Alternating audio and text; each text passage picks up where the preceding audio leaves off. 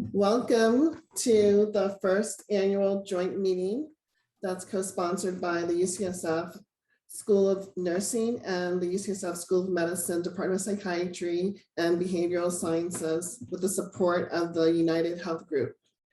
We're hoping this meeting will build partnerships between psychiatric nurse practitioners and psychiatrists and their trainees in order to increase the child mental health capacity. Just a few reminders before we get started with this meeting regarding Zoom. We wanted to let you know that we would appreciate if people can keep their cameras on, as well as utilizing the reactions for Zoom.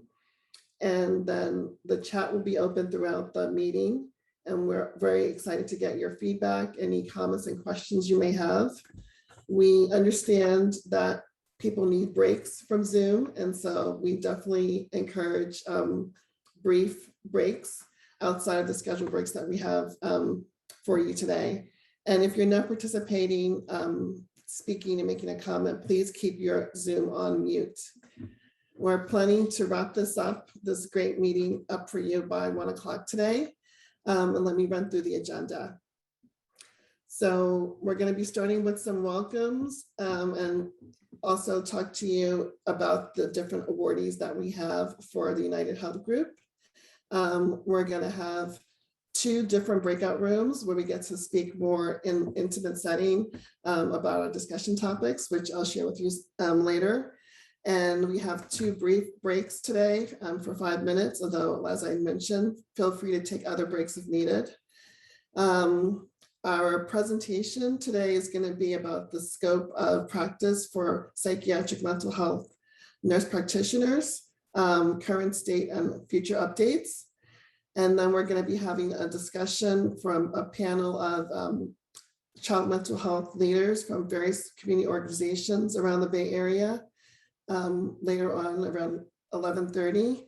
And we're going to end the day with getting some participation from you, our audience, about your reflections of the impression of the day, as well as future recommendations for follow-up annual meetings that we plan to have. So we're going to start off by introducing our Vice Chair for Child Psychiatry at UCSF and Benioff Children's Hospital, Dr. Brian King. Thanks, Regina. Thanks everyone for coming. I see that people are still jumping in and really delighted to finally launch our first meeting. Christina Mangarin was reflecting earlier this morning about how the initial plans for this go back pre-COVID, and that things obviously took precedence, but here we are and delighted to be here. I have the wonderful opportunity to introduce some other folks that want to welcome us and get us started today. And the first is Dr. Matt State, who is a child and adolescent psychiatrist and human geneticist, and a world leader in advancing our collective understanding of the genetics of pediatric neuropsychiatric syndromes. Matt spent over a decade on the faculty at Yale, where he was the Donald Cohen Professor of Child Psychiatry and Genetics and founded the Yale program on neurogenetics, and is currently our Obendorf Family Distinguished Professor and Chair of Psychiatry and Behavioral Sciences at UCSF and President of the Langley Porter Psychiatric Institute and Hospital. And in these roles, he's overseeing, I think, the largest expansion of child and adolescent services in the history of UCSF. So thank you for helping get us started this morning, Matt. Thanks, Brian. I'm delighted to be here, and I want to thank everyone for joining us today at this inaugural event. I'm delighted that you all could join us virtually, and especially thankful that you have chosen to do this. I think what is a particularly difficult time in the arc of this brutal pandemic. But this is such an important undertaking. I want to start by thanking all of our partners in the School of Nursing, and particularly Dean Gillis for her leadership and vision. And of course, I have to thank the folks in child psychiatry and behavioral sciences, and also particularly UHG for their incredibly generous support, and particularly Ann Yeah, who's here today, and you'll be hearing from in the coming moments. Want to thank you so much for helping us bring this to fruition. So as Brian pointed out, I am a child and adolescent psychiatrist, as I think first in a long list of titles, and I'm acutely aware of the workforce challenges facing child and adolescent mental health delivery and the absolutely urgent need to increase the diversity of our workforce and address inequities and systemic racism in our professional development pipeline. So it has been particularly exciting and gratifying to see this program take shape. It's so critical that the challenges that we face with regard to workforce development and diversity are attacked with real focus in a transdisciplinary way, start early and address the entire arc of career development. And this effort, I think, does this remarkably well. I also have to say it's been particularly gratifying for me to be invited today to launch this event with the School of Nursing. In 2018, Dean Gillis and I met to strategize about developing a closer partnership between the Department of Psychiatry and Behavioral Sciences School of Nursing. Certainly, it's been crystal clear to me since I took this job in 2013 that there was an extraordinary opportunity here for us to partner across all our missions. And she and I talked about getting our faculty together to brainstorm about many points of intersection we had with regard to commitment to the community, to diversity, equity, inclusion, to the academic mental health mission, and to clinical care.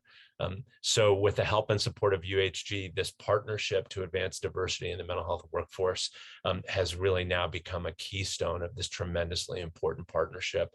And I couldn't be more excited to hear about how things are going, more excited about what we can accomplish together and where this is going to take us in the days to come. So thank you all for attending.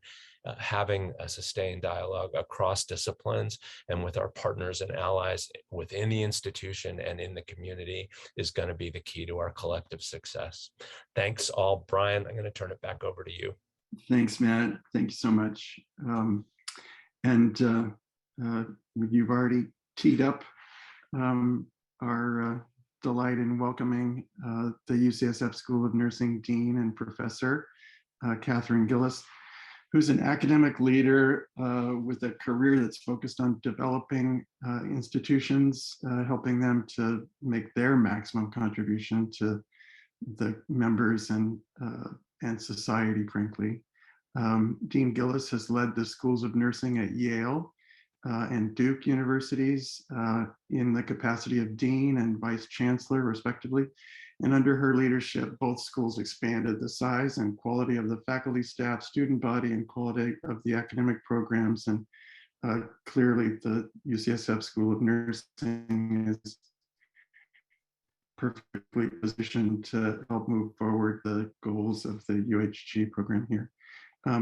Dean Gillis's scientific career has focused on the bidirectional influences of the family and chronic illness. She's been a pioneer in this field and has been recognized with multiple awards.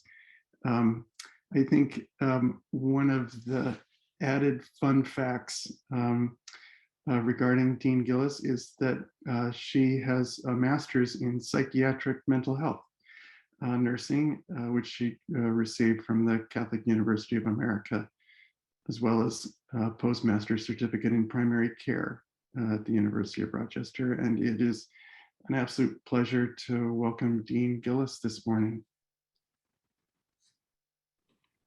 Thanks very much, Brian, and also Matt, thank you for your generous acknowledgements.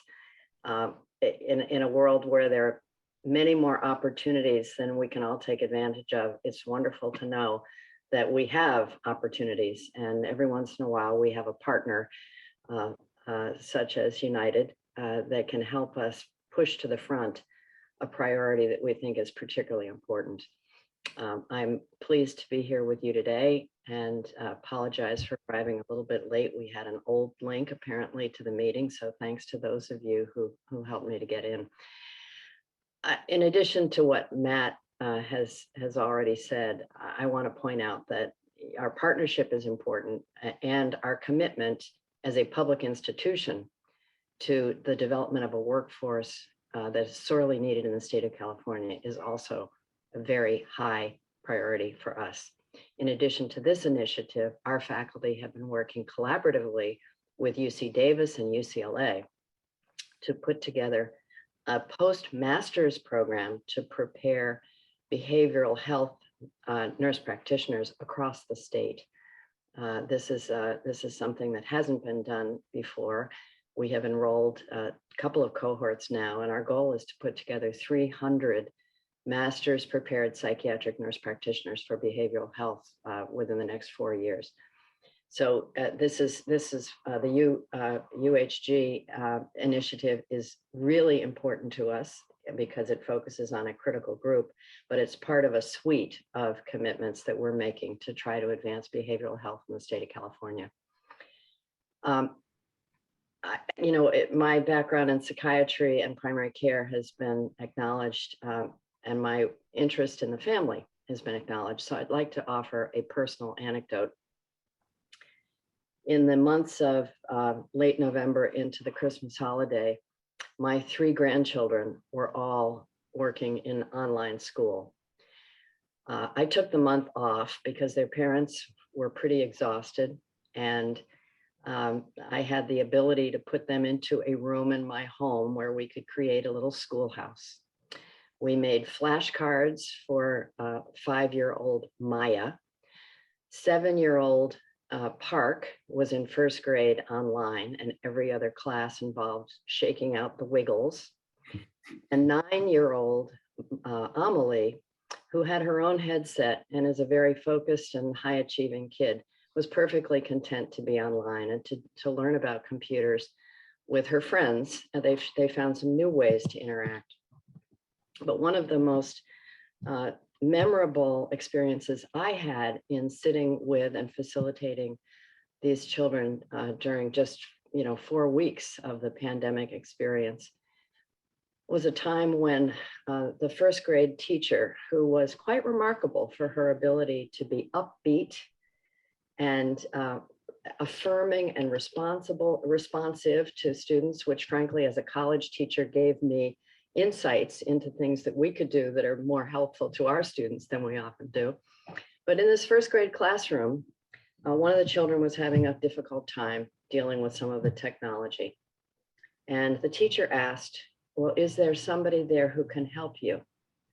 And the look of panic came over that kid's face. And it was obvious to me, although the teacher didn't make her say it, that she was home alone. I don't think this was unusual. For me, it was very personal because I, as a grandmother, was there and I was able to be working and doing what I needed to do to keep my work, my professional life moving forward, and also to be of help to my children who had the equipment that they needed and had the supervision they needed. But it was a striking example for me of just how important our work right now is, not only to the mental health of children, but of course, the family-centered help that we need to provide as well, because the context, which Matt acknowledged, the context of the pandemic has really been very challenging for kids, but challenging also for parents who create a key environment, parents and teachers who create key environments in which our children learn how to live socially appropriate and meaningful lives, building skills. Now, there's a silver lining. They built some new skills, but they were really at risk, and they remain at risk because we have no idea what's going to happen as we move forward with this next wave of the pandemic.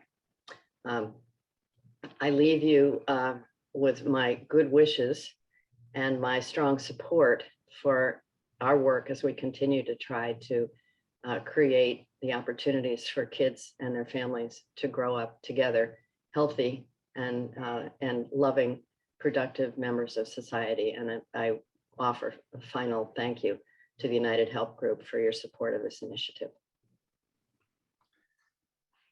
Thank you, King Gillis. And in the ongoing opportunity to convey thanks as you've just done, I want to say how thankful we are that Ann Yao has been able to join us this morning. Ann leads several social responsibility initiatives on behalf of the United Health Group and United Health Foundation, including their philanthropic investment strategy and grant-making efforts. She also oversees United Health Group's Employee Assistance Fund and guides the United Health Foundation's public health reporting initiatives.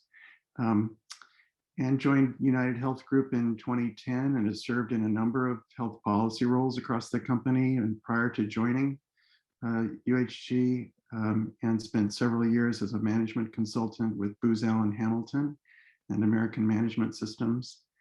She holds a degree in economics from Concordia College in Minnesota, as well as a Master of Public Policy degree from George Washington University in Washington, D.C.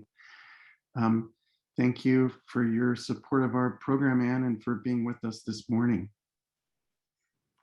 Goodness, well, thank you for the opportunity to join. I'm very humble here today to be with such an amazing group of leaders, experts, and I'm appreciative for the opportunity to participate. Just want to convey on behalf of my colleagues at United Health Group how proud we are to be a supporter of UCSF and to support this work. I'll quickly recap kind of how this all began a bit. We started some conversations in, I want to say, fall 2019, and talked about the importance of building and a more diverse health workforce that really is ready to respond to our changing society, and talked about how urgent that was. And what struck us was from the very first conversation, and it shows up still today, how incredibly collaborative UCSF was in thinking through, well, how could we, grow the capacity of the university, as well as support students who are coming from different places in their lives, who are studying for different career objectives. And I kind of have to chuckle now because we said urgency. We didn't realize that we were on the cusp of urgency with a very big capital U. And so, how prescient this work was, knowing what we know now. As a company, we are deeply committed to growing and the health workforce, preparing the health workforce to serve society.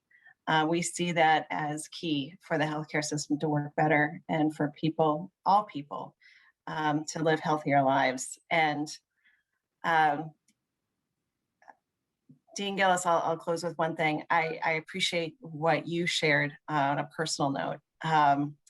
One thing that I bring to this conversation personally is a fatigue and a sense of concern and unease about not only the pandemic, but the broader challenges that our society is facing.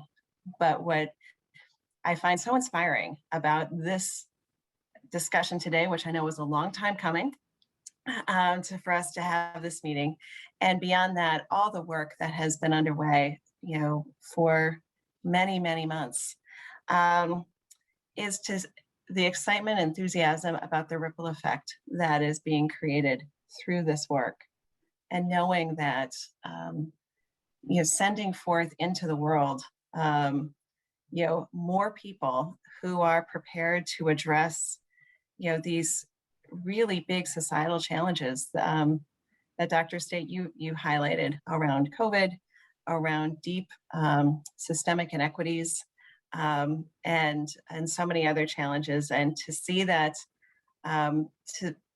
this initiative can be a force for good, and is a force for good, it really is brightening, and I think we all need that. So I've prattled on enough. I know you have a very big agenda, but I truly am appreciative of the opportunity to join today, and we are so proud to be your partner in this work. Thanks, Ann. Thank you, Ann. We are going to move on to introduce the awardees of the United Health Group Support, starting off with from the UCSF School of Nursing, Monifa Willis, Assistant Clinical Professor. Hi, good morning, everyone. I see my clap hands are still up there. I'm just demonstrating for you all how to use your emojis. It was really inspiring to hear everyone's opening remarks. And as a newbie in the professor realm, it's really heart-filling, and there's a lot for me to look up to and a lot for me to aspire to. So thank you guys for being trailblazers in this work. And I'm really appreciative to have joined this team and be able to contribute to something like this. So I have the pleasure of being a supporting role and mentor to the UHG awardees, and you'll get to hear from many of them today after I speak, but just to acknowledge their names, we have Cameron Harskamp, Kayla Kinsman, Taylor Brown, Maritza Salcedo Rosas, Elena Vandeos, and Megan Jung. They are all now graduates and moving into the field, and they will be happy to share with you what they're up to. And also, I'd like to acknowledge the up and coming UHG School of Nursing awardees. We have Tyra Chowdhury, Portia Daniels, Holly Henderson, Lisette Manriquez, Joe Probert, and Francisco Singüesa. And enough from me. I would love to turn it over to, let's start with Cameron, the first student listed here, who will share a little bit about himself and his journey.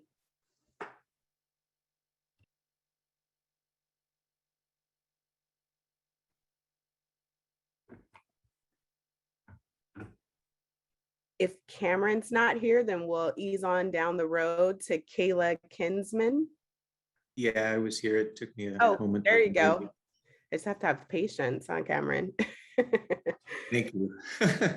Yeah, I really appreciate everyone who's already introduced themselves. It feels like, you know, just standing on the shoulders of giants in a way. I mean, I don't know a lot of the folks here, but it's just really cool to see, you know, what's kind of been leading up to this whole thing. And yeah, just having the opportunity to do what I'm interested in is really great. I mean, I'm just now transitioning to a new job as a psych NP, and I'll be working with all ages, you know, which I think at UCSF we learned to work with folks across the lifespan, but I do have most interest in working with youth and transitional age youth, teens especially, and I've been working with teens at a acute inpatient psych facility in Berkeley.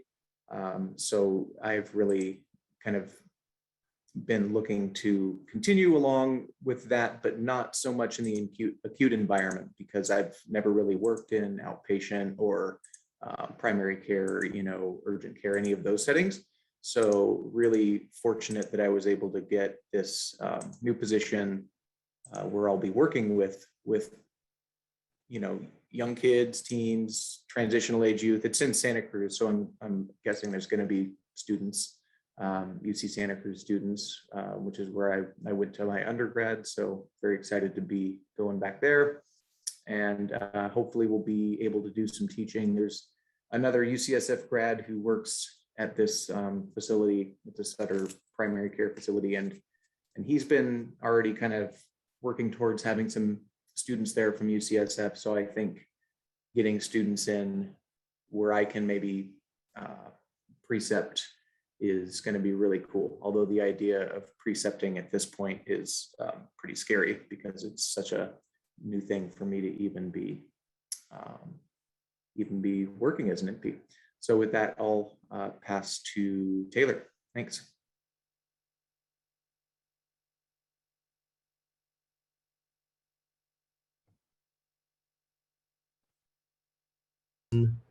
Oh, there we go. Okay, now I'm unmuted. Thanks, Cameron. Good morning. My name's Taylor, and it's a very exciting honor to be here with you all this morning. Let's see, so for my internship last year, I was really lucky to work under the tutelage of Monifa and Regina at Children's Hospital Oakland. And a lot of the work was doing outpatient psychiatry alongside the therapists for Youth Uprising, so school-based mental health care in the Oakland Unified School District. And it's something I hope to continue doing. I really loved it. I'm taking my boards on Tuesday, so wish me luck. And yeah, it's been a wonderful opportunity, and I really do hope to continue working with young folks and MTE. So thanks so much, and I'm going to pass it to Maritza.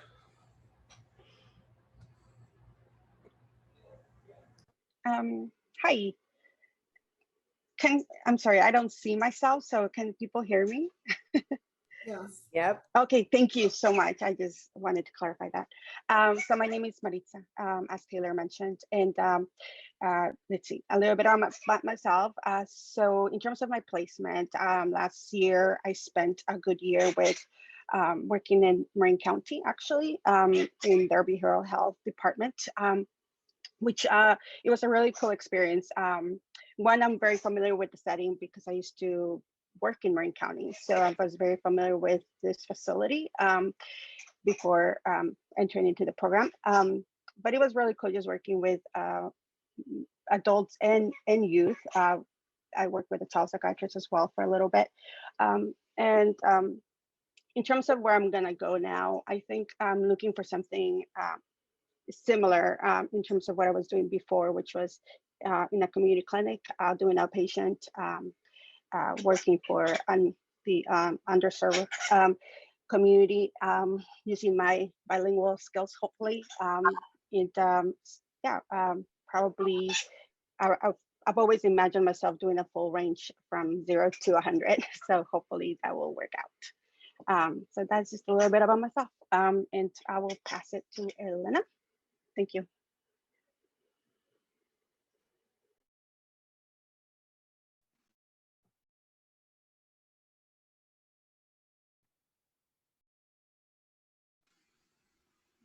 Okay, am I unmuted? Great, okay. Hi everyone, I'm Elena, and let's see, my placement site last year, I was at Palo Alto Medical Foundation and then also at Los Gatos Therapy Center. And what I am doing now, I'm basically waiting for the BRN to process my license still. So I'm in this in-between phase that I think a lot of us are at, and I'm working as a nurse on an adolescent inpatient psychiatric unit in San Leandro, and looking for a psych MP job working with kids and adolescents, hopefully. And I'd love to work someplace where the kids have Medi-Cal insurance because it fulfills another one of my grant's responsibilities. So that's what I'm looking for now. And I will go ahead and pass it on to Megan. Thanks, Elena. Good morning, everybody. Thank you so much for having us, and happy to be here and to get to know all of you a little bit more throughout the rest of the day.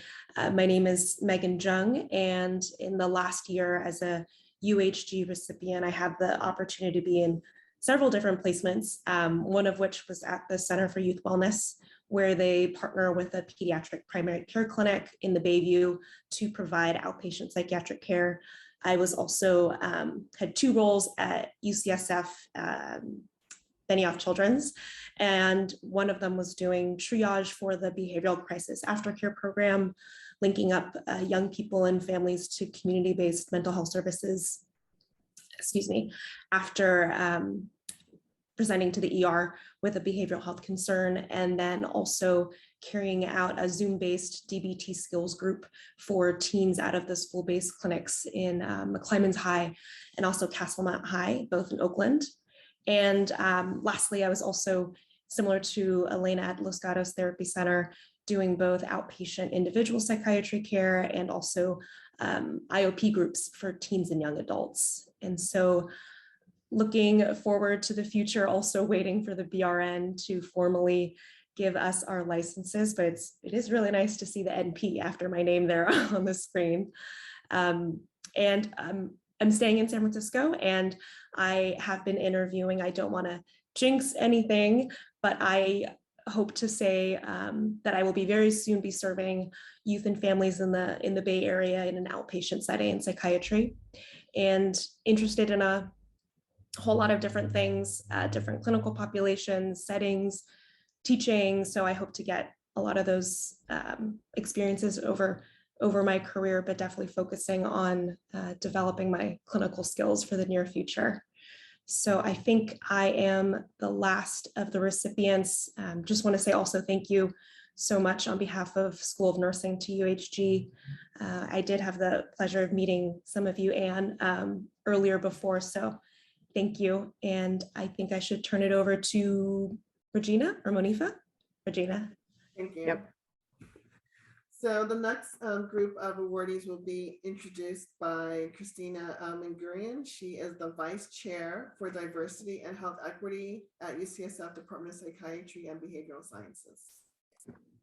Hi, everybody. It's a pleasure to be here today. And I'll just say, it's just so wonderful hearing about all of the graduates from the program. The work that you all have been doing is just really wonderful. And I know that our future is bright because you're in it.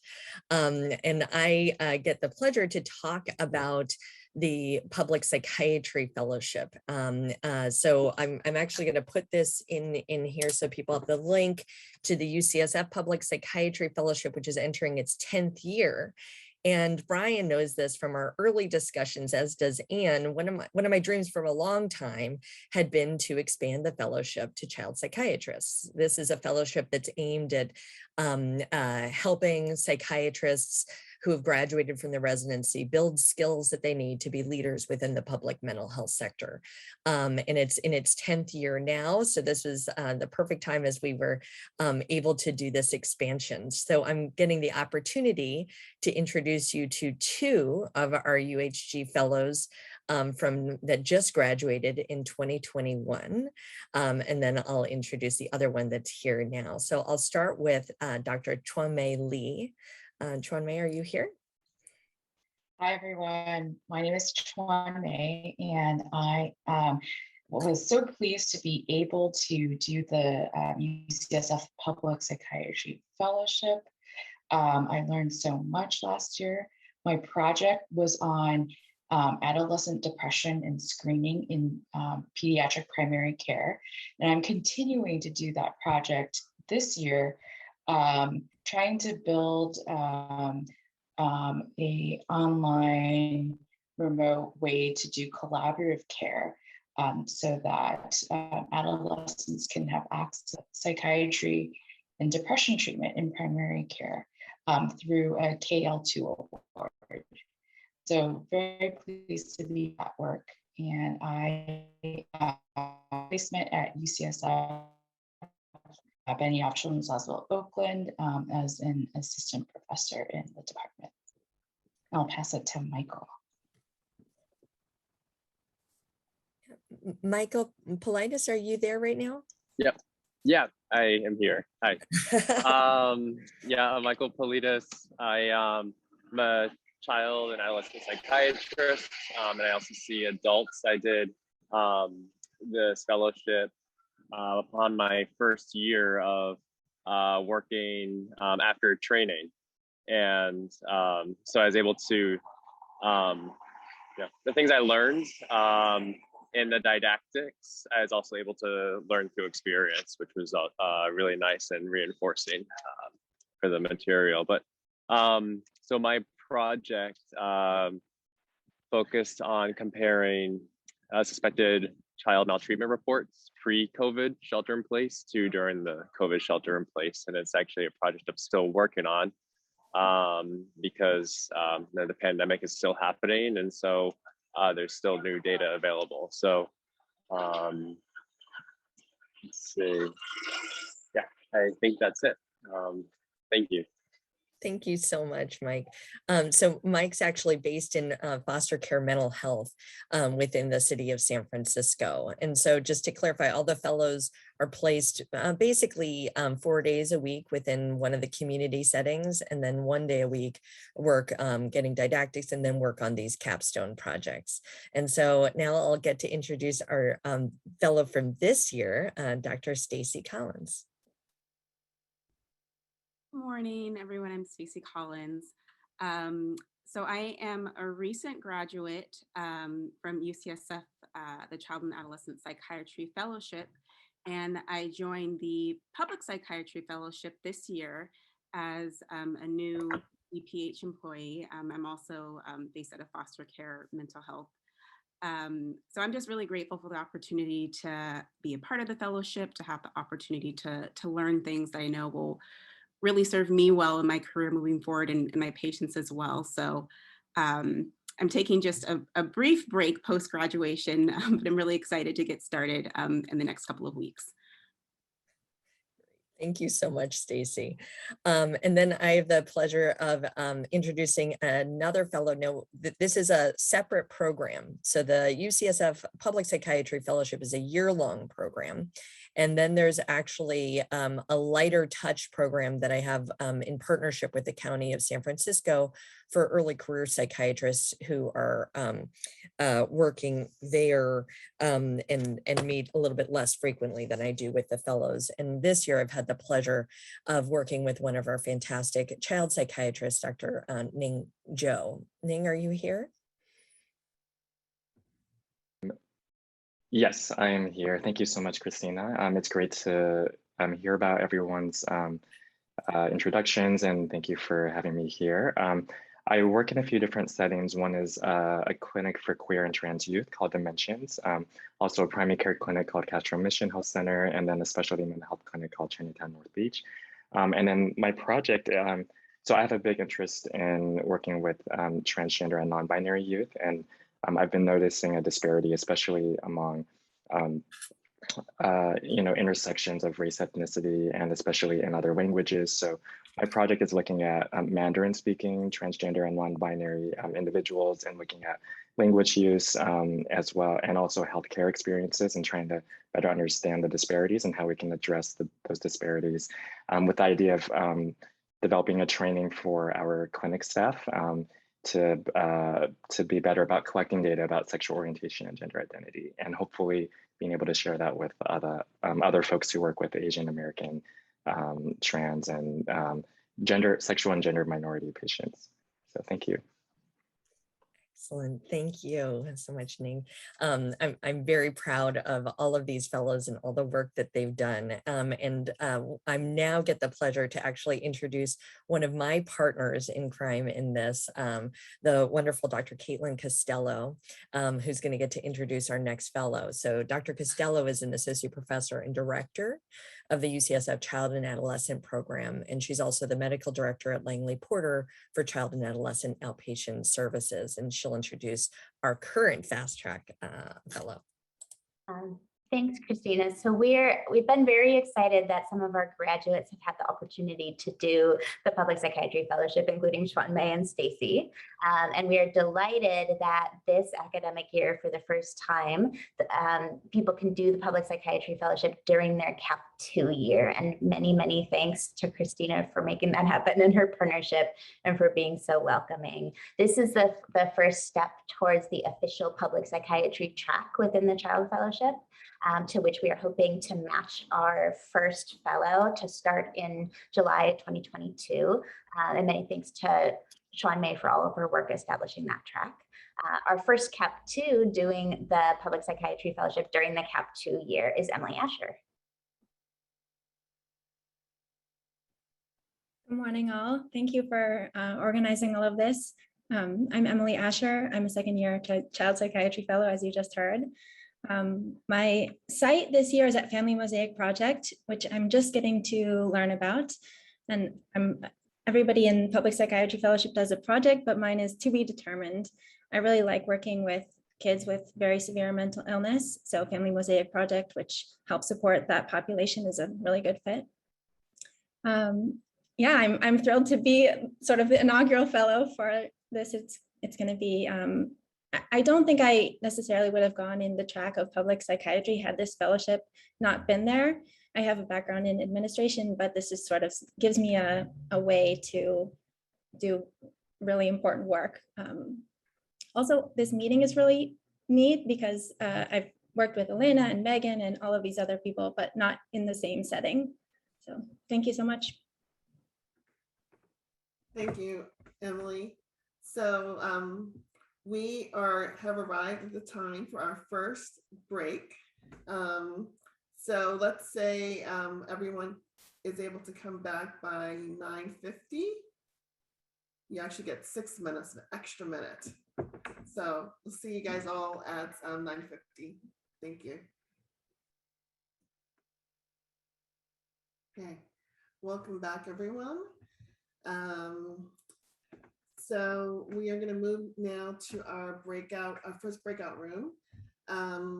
The point is of this first breakout room, besides to get to know each other a little bit better, as well as you get to know each other over Zoom.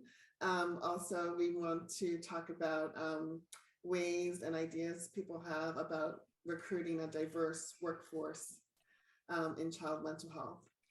So magic will be taking place where you will be teleported to your breakout rooms. We are moving in now to our main presentation by Beth Phoenix, School of Nursing, UHG Project Director. She is going to be speaking about psychiatric mental health nurse practitioner scope of practice in California, present and future directions. Thank you, Beth. Okay, so hang on a second here. Let me share my screen.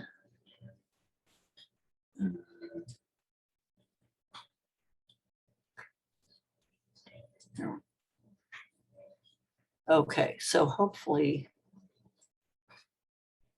can y'all see that now? Yes. Okay. Okay, excellent. So, so this presentation will be talking about,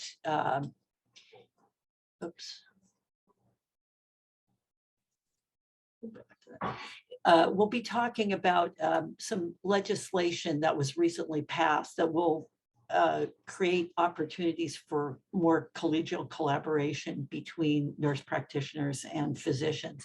I think sort of as Matt State was talking about earlier.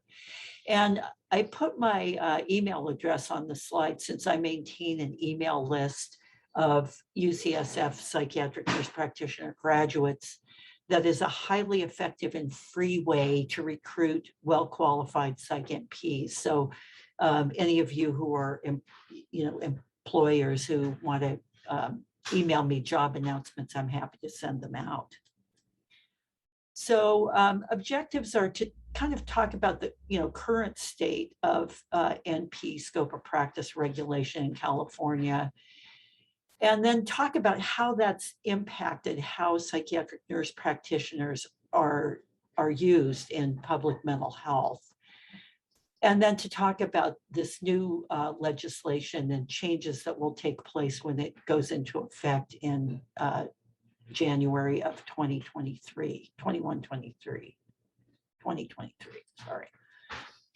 Okay, so this state scope of practice map, I know we're not used to seeing California as a red state in any context, but in this context, what the colors mean, the green states have full practice where nurse practitioners are able to practice autonomously without mandated supervision by another health professional.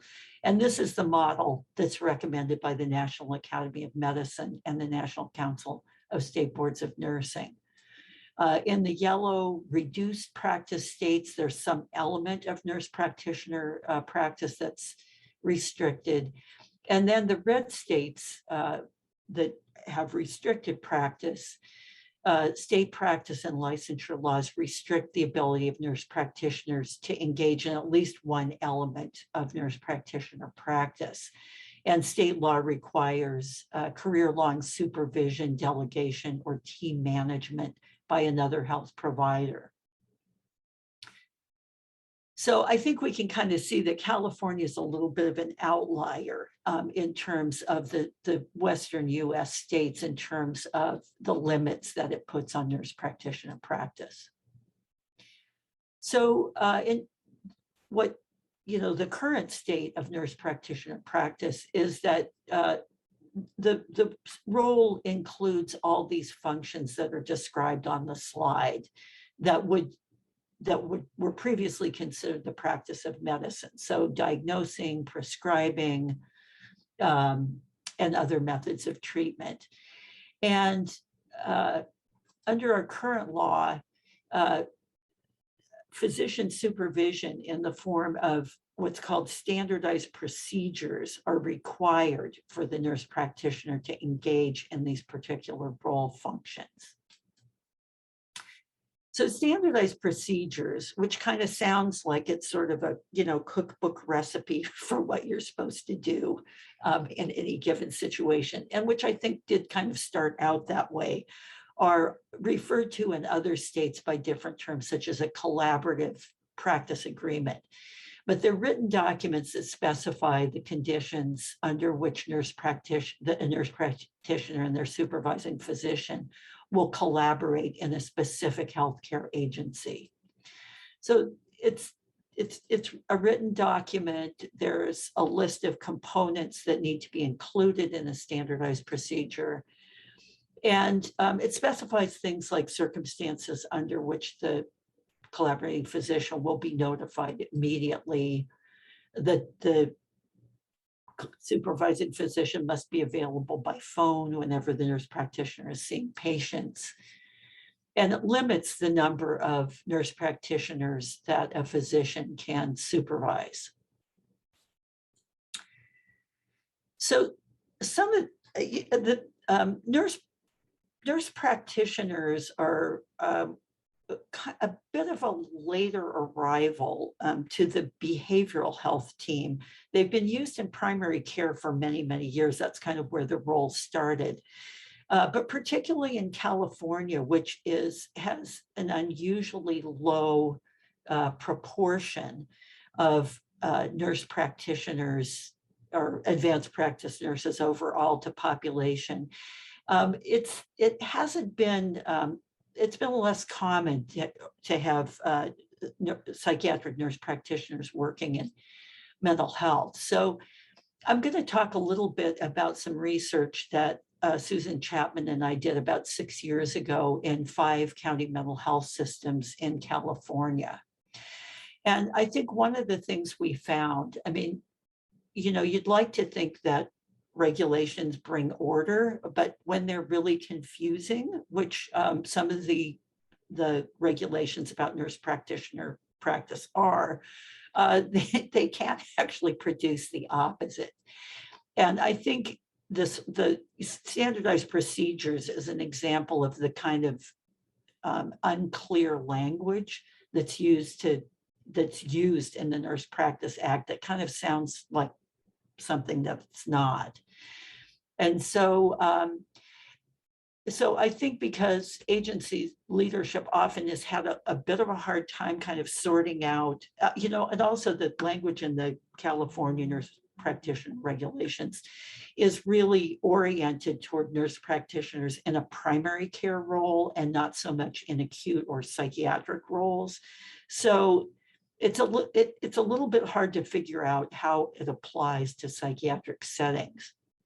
So because of this confusion, agencies often feel like they need to have to restrict NP practice in ways that are not actually required by law, such as having physicians co-sign all the nurse practitioner notes, which is not required by law.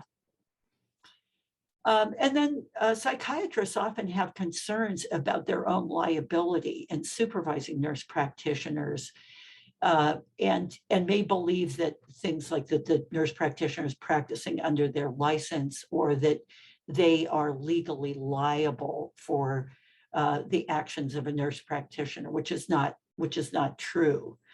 And consequently may be unwilling to provide supervision to nurse practitioners. And certainly in the private sector, these restrictions on NP practice and requirement for physician supervision may impact psychiatrist liability insurance. So that's kind of a barrier as well.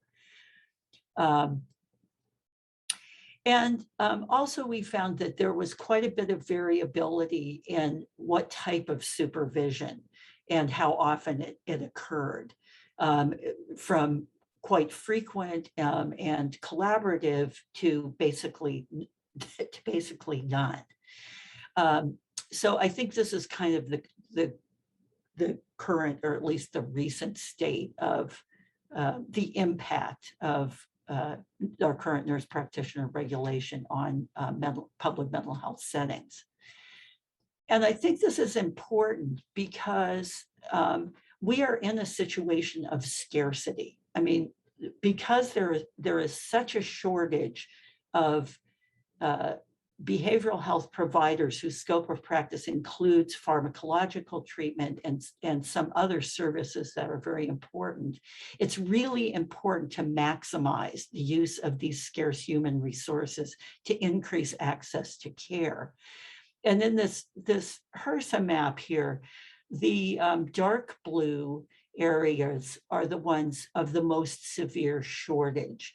And you can see that, that there are large parts of the United States that really have very severe shortages of behavioral health prescribers. So recently, a law was passed in California called AB H90, which opens a path to full scope of practice for nurse practitioners. And I'm deliberately using the term opens a path because it doesn't guarantee it, but it does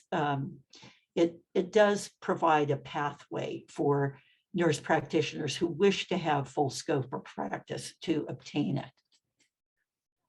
So, basically what this law does, and this will take effect at the beginning of 2023, is that it creates two new categories of nurse practitioners who can practice autonomously. And these new statuses, which I'll go into in a little more detail in a minute, must be applied for. They're not granted automatically. So organizations may continue the current level of nurse practitioner supervision for NPs who don't pursue independent practice. And these are the requirements for nurse practitioners who are going to apply for the new kind of full scope of practice statuses. So, I think most of these things that already the Board of Registered Nursing has to approve NP educational programs. But California is one of the few states that doesn't currently require national board certification as a psychiatric mental health nurse practitioner to be licensed to practice. So that will be a new requirement. And then there's a, about a two-year working full-time number of hours transition to practice period. And this is one of these things, it's not exactly clear what this transition to practice period means, and I think is going to be worked out as the regulations are developed to implement the law. Now, one of the things that the law says is that if it's determined that the relevant national board certifications don't align with the California scope of practice requirements, the state may have to implement a supplemental exam. So that's another kind of potential snag there. And as I said, the Board of Nursing needs to develop standards for the type of mentorship and experience needed for this transition to practice period. Okay, so now I'm going to talk about the two new categories of NP practice that will come into effect once this law is enacted. So these descriptors are taken from the applicable sections of the Business and Professions Code. So, so settings for the 103 NPs include clinics, health facilities, medical group practices, home health, et cetera, in which one or more physicians practice. And correctional treatment centers and state hospitals are exempted. And this does limit the issues on which nurse practitioners can vote at medical staff meetings. So you can see they got into some minutia here. Okay, the 104 NPs are eligible for full scope of practice outside of settings that are specified for the 103, section 103 NPs. So this would include private practices or group practices run by nurses. Same requirements, requires a graduate degree, which actually all of these things do. And to get this certificate or to get this designation, the person has to practice as a nurse practitioner in good standing for 3 years above and beyond the transition to practice period. So it would take really a minimum of about 5 years of practice to obtain this status, or to be eligible to apply for this status.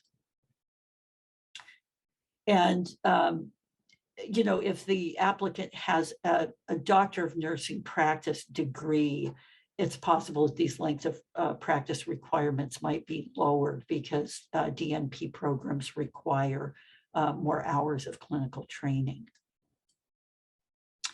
So some of the other components are that there is a nurse practitioner advisory committee that is going to be offering input on the regulations to implement the new law. That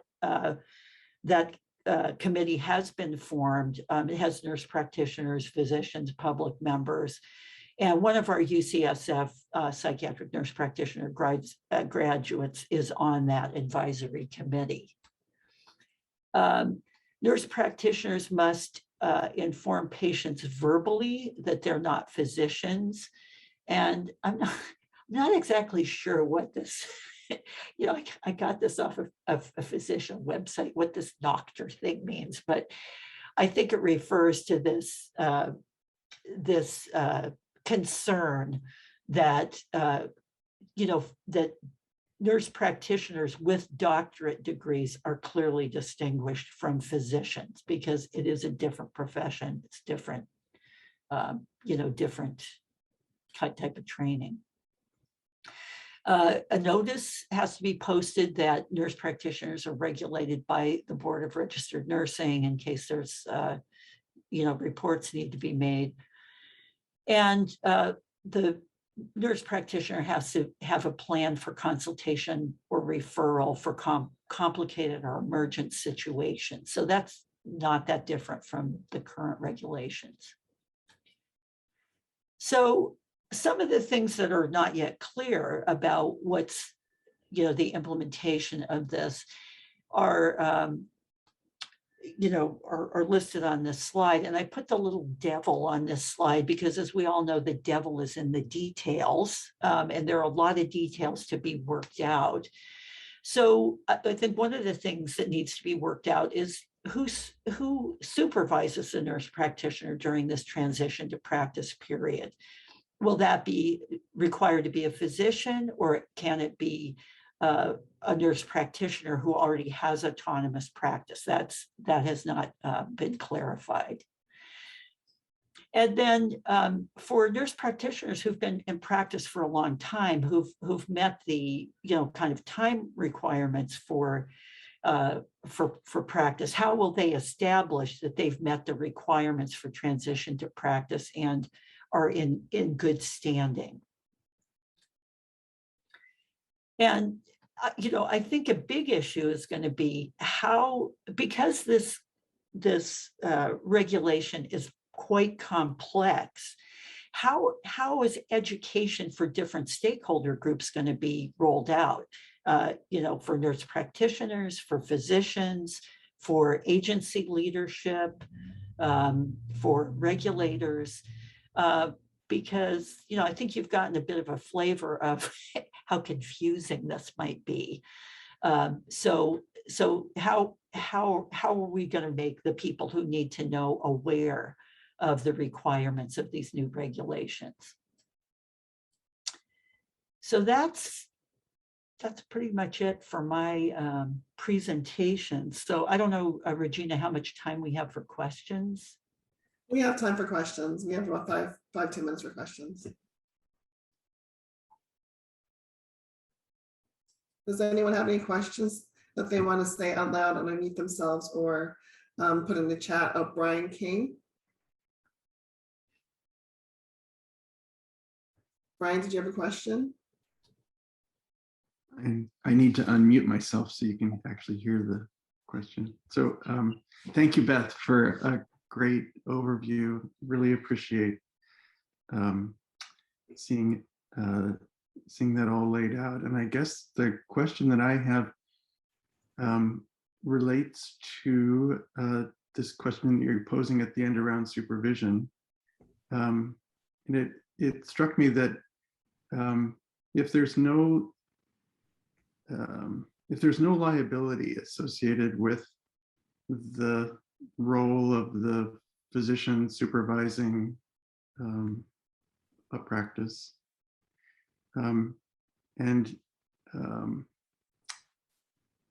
but the requirement remains, it raises questions about how that supervision could be done in a way that actually enhances the experience for everybody involved in the care of children and families. And I mean, it's not uncommon for psychologists to go out into practice and find someone who can be their supervisor, provide supervision while they're making their way forward. And the same is true for some child psychiatrists that go out into practice, and there's this requirement for psychiatric nurse practitioners. But I wonder if there would be a place for us to think about how to make this a really fulfilling experience for everybody, and not just a box that gets checked off, and in some cases doesn't even appear to happen, really. Yeah. Well, I think some of the more successful models often involve, doing this required supervision in the context of peer supervision. So it's really kind of an interprofessional collaborative effort where people are, reviewing each other's charts or, discussing cases. And I think that's a great context in which the particular strengths of each discipline, or, other disciplines that are also on the team, to be incorporated. Because I think this concept of, physicians supervising nurse practitioners doesn't, it just kind of doesn't help you visualize, the ways that nurse practitioners and their specific disciplinary expertise can be helpful to physicians as well. It kind of implies a sort of top-down relationship. So I think models of peer supervision often are very successful. And I don't know if any of my, Psych NP colleagues, have any comments that they would like to make about that.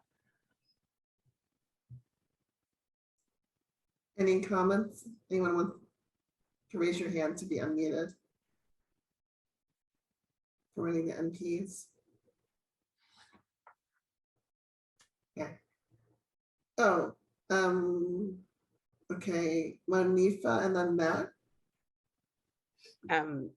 Thanks. I wanted to just say I've always appreciated the collaborative approach when working with MDs, and I was fortunate enough to have that approach post-graduation at BCHO, and still do, where I feel like I'm speaking to a colleague versus being supervised, and I just feel like I learned so much more that way, and that I also have things to offer back.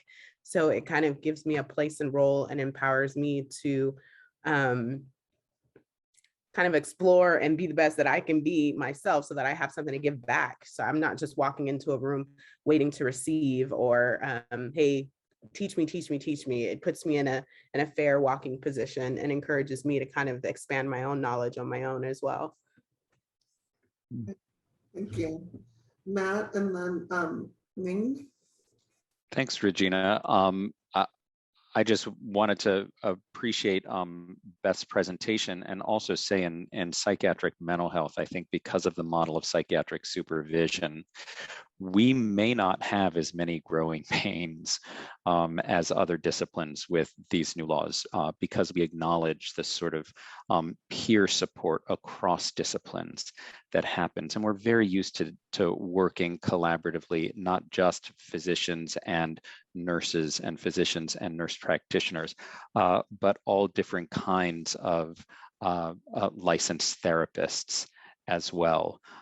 So I think it's really an opportunity to sort of explore the richness that already exists collaboratively. And in many ways, we can use that as a platform in this project to build strengths and to model, even for other disciplines, the way this can be done successfully. Being an academic medical center, I think there's a great opportunity to sort of describe how this rollout is going to happen real time in this program with the new California law, and really create an exemplar for how it can be done well. Thank you. Ning? Yeah, I had a question.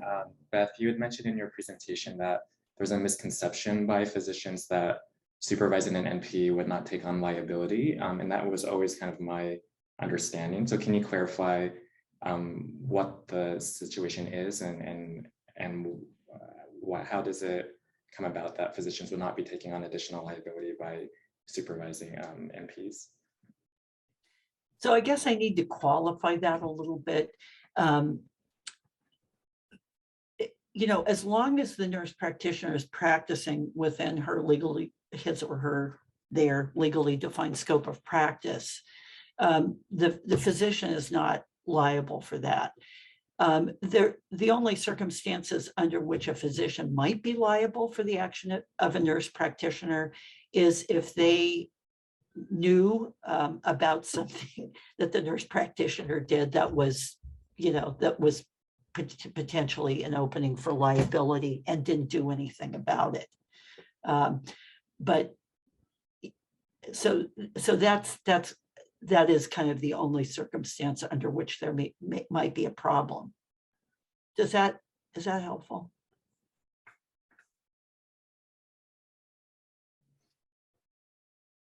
He's shaking his head, but he's muted. Okay.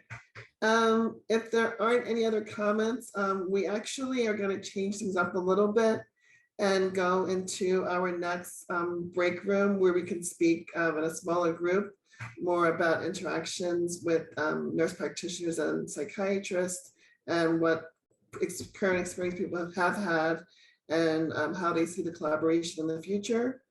And after that, we'll go into our next break afterwards. The magic will happen again. Will you be teleported into the break rooms? See you back soon. All right, awesome. All right. Well, I hope everyone had good conversations in everyone's break rooms. I think Tweety had to step out really quick, but at this time, we will give folks a short break, and then I believe we have our panelists coming up. So we'll ask folks to come back. It is 11:02. I'll ask folks to come back at 11:07. 11:10. 11:10. Let's make it an even number. We're being very generous with the breaks. So we have 4 different questions that we like the panelists to answer. And I will try to space out, give people time to answer the questions. The first one is, what is your vision for addressing the child and adolescent mental health needs within your system? And if you happen to partner with the community in your organization, could you tell us how you envision this partnership being used to achieve the vision? Maybe you could start with you, Lisa. Sure, thank you. So I think there's really a goal. One of the big goals is that helping children, adolescents, and their families access the right level of care for their needs, be that acute psychiatric, inpatient care, or specialty care like substance use disorders or DBT. And right now we have youth accessing care potentially in primary care or schools or through comprehensive crisis or in an acute setting. And they're assessed there, they tell their story, and then sometimes it's not finding the right spot for them can be a real challenge. And they have to repeat their story. They have to tell multiple providers. They land in all these different places. And they're really takes a long time for them to land in the right spot to receive the most appropriate care and healing for their situations. And sometimes that journey is much more of a roller coaster and really can become a big challenge and barrier to care for the children and their families. And I think it's a sort of all these different systems of care. And the roadblocks can be insurance, the roadblocks can be socioeconomic status, the roadblocks can be structural racism, they can be stigma, they can be our electronic health record.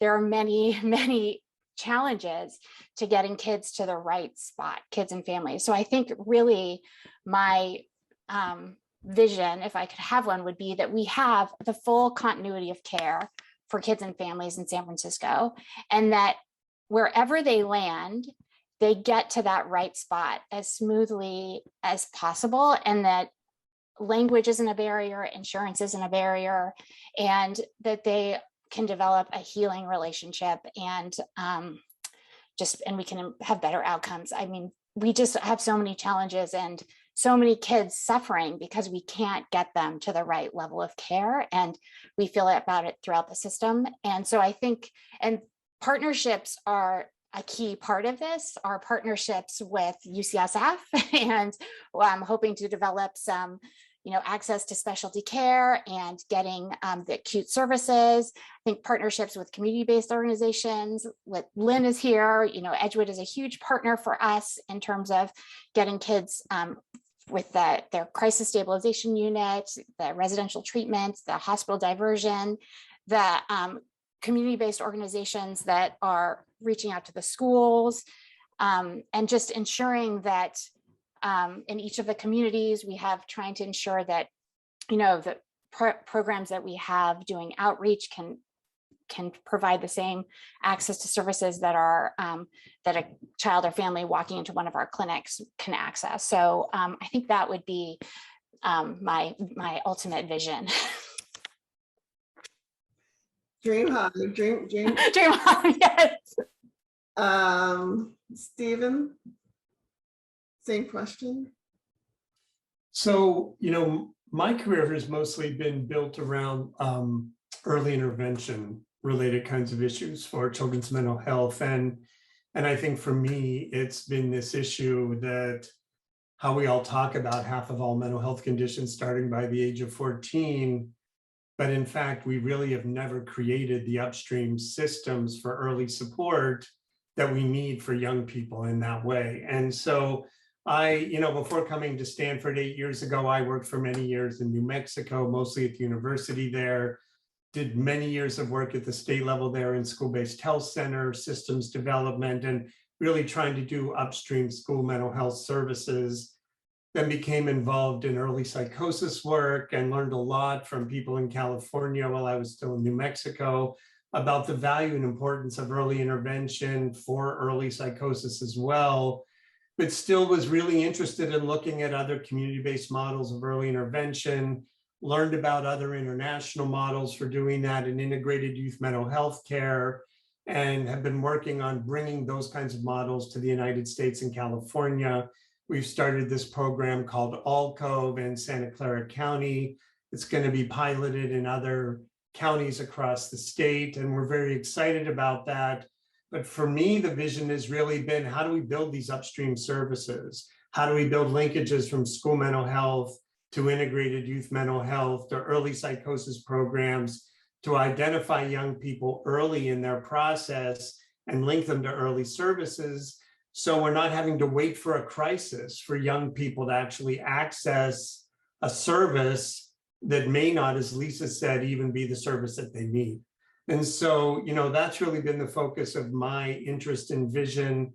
And I'm glad to see many colleagues here today, and I'm just grateful to be here with you to talk about all these important issues. So thanks.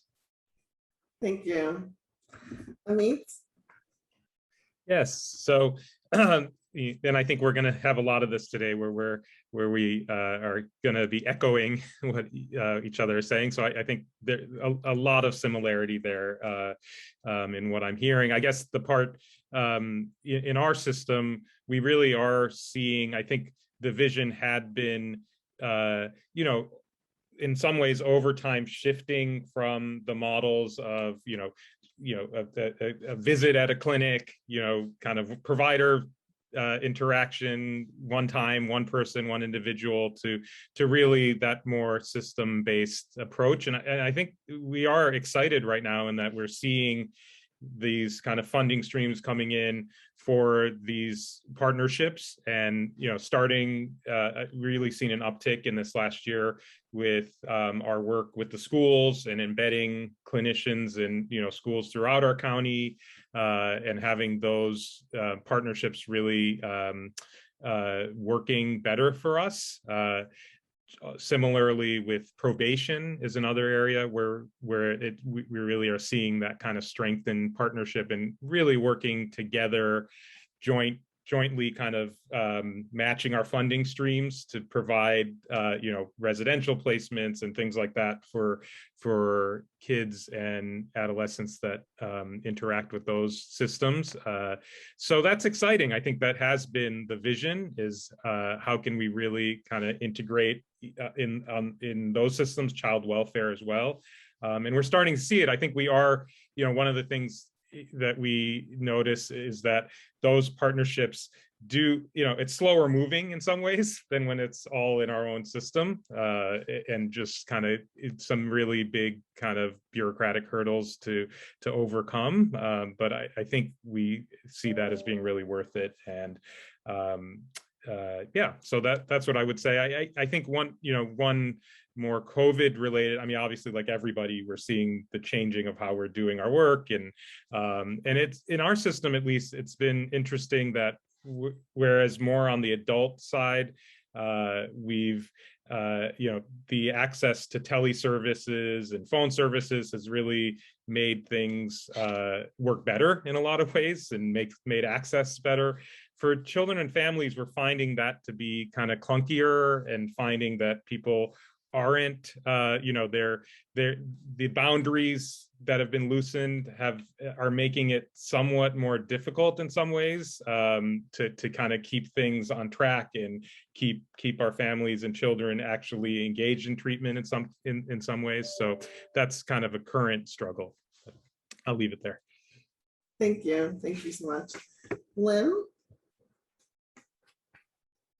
Okay, well, again, thanks for having me, and it's great to see some familiar faces, and congratulations to all of the nurse practitioners who have been awarded this morning. I was here for the morning session and enjoyed hearing about your experiences. I think for me and for Edgewood Center in particular, the vision includes continuing to address what we think are the underlying social and emotional needs of children and families that really create what we think about as mental health problems with children.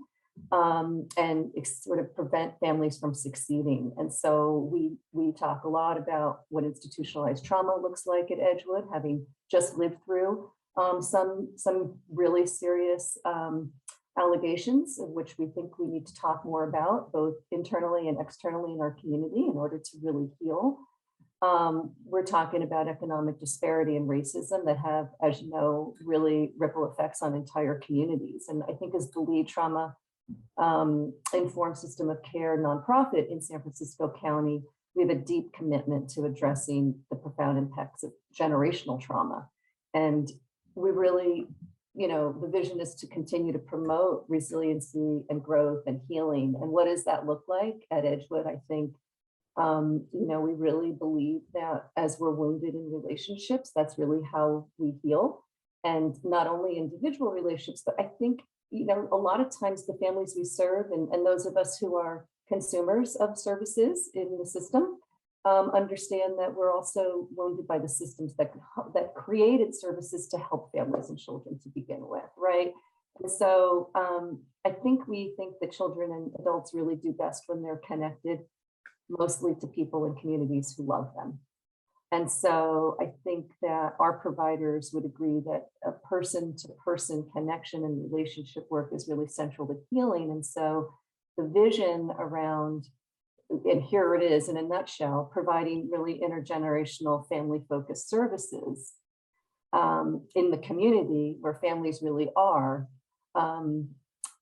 What does that look like? I would say that taking those words mental health and really expanding them out of the categorical funding streams that we need and use to define and get paid for mental health services as providers, access to safe housing, right?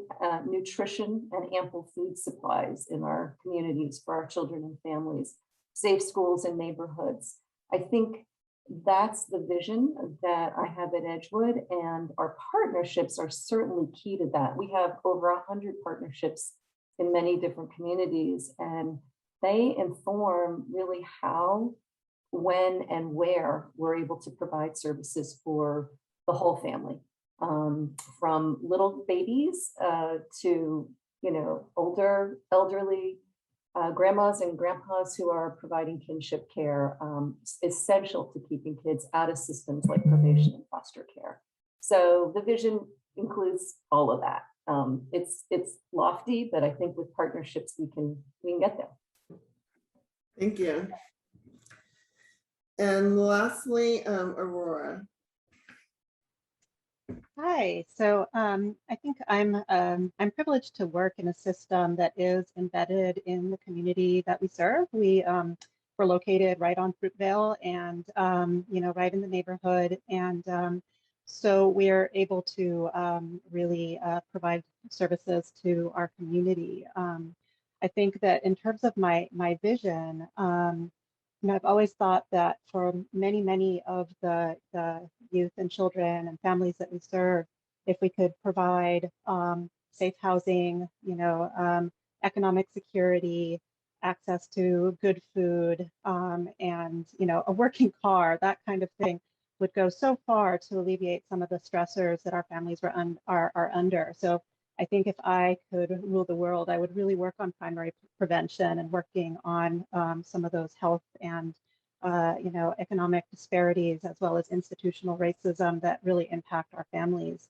What I see right now is, a lot of our children come from immigrant families. There's a lot of immigration trauma that occurs. And so providing services, wraparound services to, to recent immigrants, to welcome them into this country, help them get settled, help them access whatever they need, would go so far to alleviating some of the things that we see, and just recognizing that immigration trauma is trauma. We do partner with our community. We have, both, school-based services. We have people embedded in our primary care clinics. We also provide a service called Cultura y Bienestar, which is like culture and well-being. And these are people who are doing kind of these primary prevention services, workshops, et cetera. Another thing that I think is really important in terms of what we do is we do parenting classes, and I would love to see those expanded, to schools, to other places. Right now, we are always at capacity, and we don't have enough of these, to meet the needs of the community. And I think, again, that would go very far in terms of primary prevention. Another thing that I think would be really wonderful would be to expand our services specifically to work with trans and gender nonconforming youth. We're seeing a lot more young children, even 11, 12-year-olds, coming out as trans or gender nonconforming. And so, especially the language-based services, right? A lot of our kids, their families speak Spanish. Families really don't understand what this is about. They have no experience with it often. And so having workshops, really expanding that role as well. And so, what I would love to see is just an expansion of our role, as well as being able to, right-size services to what the child and family need. Right now, most of them, all of the children that we see have Medi-Cal. Medi-Cal has some wonderful aspects, but there are also some real limitations in terms of getting certain kinds of real specialty care. And we often find ourselves scrambling, patching together services, and not having necessarily the training, to work with certain conditions as effectively as we might. And so I would love to see an expansion in terms of being able to offer things like intensive outpatient services, partial hospitalization programs, and also, things like DBT groups. These things are really lacking in our system right now. And so, if I ruled the world, that's what I would do. Thank you. Thank you so much. So the next question is something everyone, I think, touched on a little bit, but maybe to go a little bit more deeper into it. This is about what you say is the largest challenges in your system that you're currently facing at this time. And maybe we can start with Lynn. Oh, don't get me going, Regina. I mean, honestly, I'm sure that everybody is going to agree that one of the largest challenges we're facing right now has to do with hiring and retention, and particularly around issues around diversity and inclusion, because that's associated with this challenge. We can't afford to pay the salaries that people actually deserve to do the incredible work that they do every day, putting themselves at risk on the line, serving the clients in the community. And they have all throughout the pandemic at Edgewood. These folks deserve way more than I can afford to pay them on what our contracts pay for the services we provide. Way more than I can afford to raise philanthropically, even with the very generous community that supports our services and has supported our organization for over 170 years. So I would say that, what compounds this problem is, again, that categorical funding, the way that our contracts are designed and negotiated, create this silo effect even within one university, I mean, one organization like Edgewood. Amit, you were talking about, you know, the different ways of, or maybe it was Steve, prevention, and how you sort of get there to prevention and early intervention. And the way that our contracts are set up and the categorical funding streams really make it impossible, and really, maybe not impossible, but super challenging to even cull our internal resources, our internal services into a full seamless continuum of care, where we could have a young family come in through our early childhood mental health consultation service and sort of move throughout our own internal continuum in a seamless way that makes sense to the family and certainly makes sense to the providers without having to go out, come back, get another referral, or maybe somebody else hold a master contract to a service that we actually have. We got to go ask them permission to serve a family we've been serving for 2 years. It's so crazy, and that's a huge challenge. I wish we could, I should have included that in my vision. Can we get rid of that? Thank you. Amit, the largest challenge you see in your system? Sure. Yeah. Well, I'll get on that bandwagon. It's become, I mean, really the workforce issue it's just really exploded for us as well. I think, you know, it's the long-standing, sure, you know, recruiting for psychiatrists, psychiatric NPs. I mean, that's kind of always been a challenge, but we are just seeing this kind of, you know, it's now across the board. Clinicians of kind of all disciplines, you know, even our administrative staff, there is just this real change where people are being lured to other systems.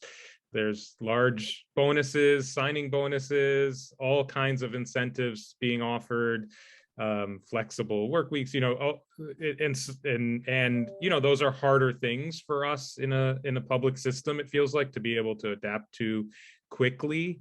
You know, I think even we're having employees leave. I mean, the kind of startups that are happening out there, we're getting people pulled into that world as well. So it just feels really, really challenging. And I think, you know, I think the pandemic also has led to, you know, different things. I think on some level, it's brought the sense of mission into clearer focus for many, but there's also been a number of people who have just felt more isolated, and I think have, you know, and it's been just tough to kind of have that sense of teamship in the same way that I think can be really powerful in our systems. So we don't know. We don't know where this is headed, but it's really, it feels like at a crisis point for us. So yeah. Thank you. Aurora, I think you kind of mentioned a little bit some of the largest challenges, but I don't know if you want to find the top one. Sure. Yeah. I mean, I echo what everybody says. We've had so many people leave our system, you know, this year, like very seasoned clinicians who've been there, you know, working with us for years. And so this is, you know, a huge, huge issue. And we've had so much turnover that many of the kids that I work with have gotten, you know, up to like 2 or 3 therapists in the last 2 years. And so that is a real, real challenge. So I think the financial challenge, you know, again, paying people, you know, something approaching what industry could pay, and, you know, so that people are not leaving. A lot of people love our system, other real, you know, and would love to stay, you know, but the financial issues are real, you know, in the Bay Area to be able to afford to live here. The other real issue is the overburdening of our system. Burnout is huge. We have I've seen an incredible increase in both acuity and severity of conditions, where, you know, things that I've never really seen before in this amount, you know, over the last, you know, 5-6 years, right? Increasing, and with the pandemic, just skyrocketing demand, skyrocketing, you know, severity, really concerning cases that require a lot of work. In our system, there's an enormous paperwork burden, Alameda County, you know, Medi-Cal. And so this is something that really burns out a lot of our clinicians as well. And so I think if we could decrease that paperwork burden, it might, you know, it might incentivize people to stay despite the financial challenges. Thank you. Stephen? Largest challenges? Well, you know, it's really interesting listening to the our presenters talk about these issues, and I'm very conscious of being the only panelist who actually is based out of a university system as I'm listening to everyone. But although I will tell you that as we've started our alcove programs, I'm also working as a child psychiatrist in our 2 alcove sites that have started in Palo Alto and San Jose that are run by Santa Clara County. And what's been interesting has been the challenges around hiring within getting the sites going. And as we've been looking to hire psychiatrists and psychologists to work within those sites through the partnership, we're finding that Stanford doesn't, you know, we're competing with our behavioral health organization partners and our county partners, and we're not paying the salaries that they're paying. And so we're having trouble being the ivory tower institution in terms of being able to recruit people because we can't necessarily meet the salaries of some of the other sites. So, you know, I hadn't really thought of that as the primary issue, but, you know, it's been one that's been complicated for us. I think the other thing I would say is just bureaucratic issues in general. For me as someone who is working to develop community programs, implementation support with community partners out of a traditionally research-based institution, they don't know what to do with us. They don't know how our contracts should be managed when people want to pay us to work with them for implementation support or technical assistance. And so we're just fighting with in our own institution around indirects and what do you mean this isn't a research contract? What is it you're really doing? You know, and so they don't know what to do with us. And it's a cultural change within our institution that's challenging. And frankly, as we're rolling out sites, you know, for alcove in Santa Clara County, it's a similar issue. It's a cultural change in the county system where we're having primary care and mental health having to work together in a shared space with peer support specialists and with addiction providers all in one place, in one site, meeting all the licensure issues and looking at all the collaboration. And it's really hard to do. And the bureaucracy is challenging. It's taken 4 years to get our first sites open, you know, 3 years even after the funding was approved. And so all of those issues, you know, the bureaucracy and the silos and the culture change of building community programs are all pretty challenging, I have to say. Thank you. And thank you for representing the university side. Lisa? Thanks. I think right now, the biggest challenge that I'm seeing as we're entering our 4th COVID surge for the Department of Public Health is the challenge of burnout and morale in our workforce. Our DPH employees have been frontline workers supporting the city's pandemic response, and the impact of that on our staff. I think our staff are exhausted and they are burned out. And on top of that, our workforce, the ongoing racial stress for our staff of color, our AAPI community, Black, African American, Latinx staff, I think that it's been tremendous. So I think we are really struggling with how to support staff. And I would add that as child and adolescent psychiatry, that I think the other focus of the city has really been the homeless situation and the opioid crisis. And I think me constantly saying, you have to think about prevention and our kids and families, and we have to make the investments early on. And I think it's really hard when the front page of the Chronicle has, you know, you can read a lot about TPH in the Chronicle, and just making sure that the increased acuity of our children and families, that is getting the attention, and that we are supporting our workforce and really ensuring that people have access and that we're caring for our workforce. I think that even DPH, I think, you know, we have, I think for salaries, it's still challenging. And I know it's even more challenging for community-based organizations with salaries. And I think that is a huge inequity that we talk about, trying to, how do we support our community-based organizations to have salary parity with our DPH employees. And so a lot of big challenges, but I think right now I'd say my staff being deployed to the shelter-in-place hotels and not serving kids and families is a big challenge for us. Thank you. So this question was, the next one was asked in one of the breakout groups. So maybe you can transport an answer from there. It's about strategies that you're using to enhance diversity within the psychiatric workforce. What pearls you can share with us. Let's start out with Aurora. So we at La Clinica have, a primarily Latinx workforce. So the majority of our clinicians are bilingual and bicultural, and it's actually, you have to be bilingual, to work as a clinician, with some exceptions. So that, both it enhances our diversity, but it actually decreases it, because a lot of people who, are not from that background don't have the language skills needed. So I think that, one of the things that would help us to enhance the diversity of our workforce would be to increase recruiting efforts, in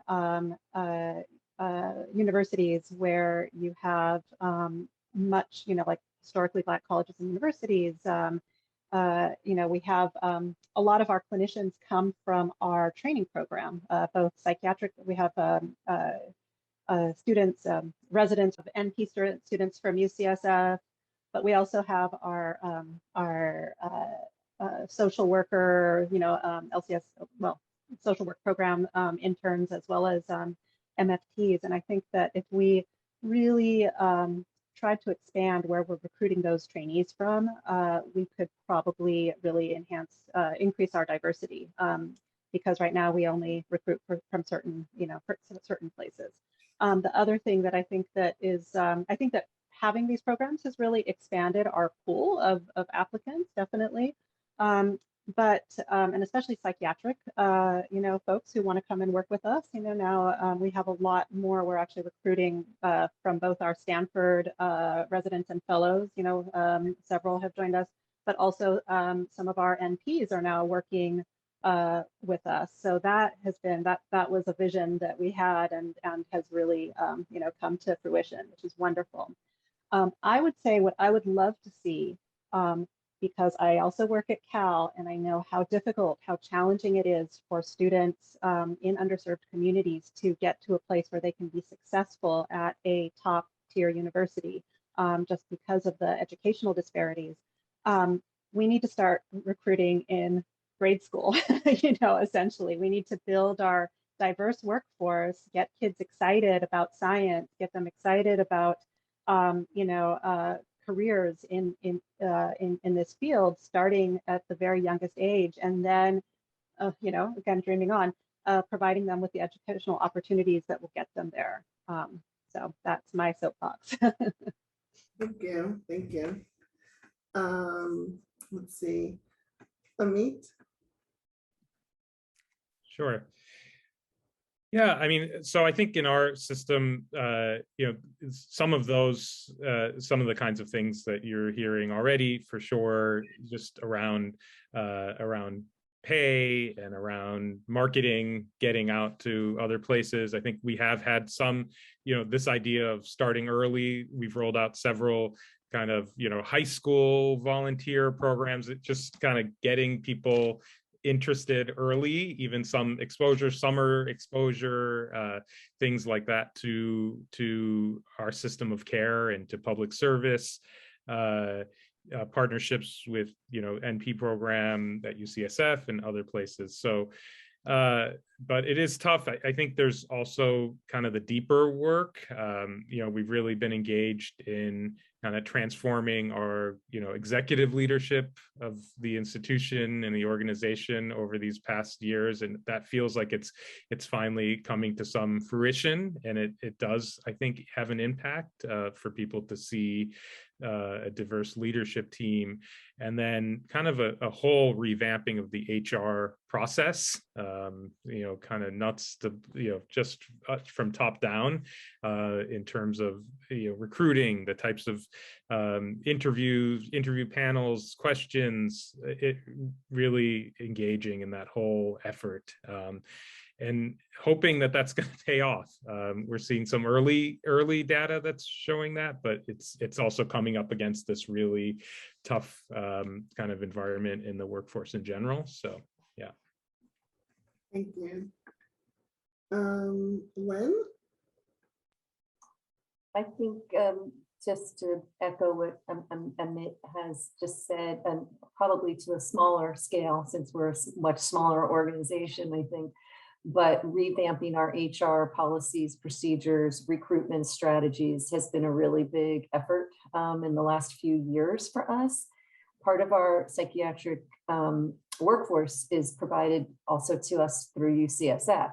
And so, working in partnership to be on the interview teams, to be on the vetting teams, to be,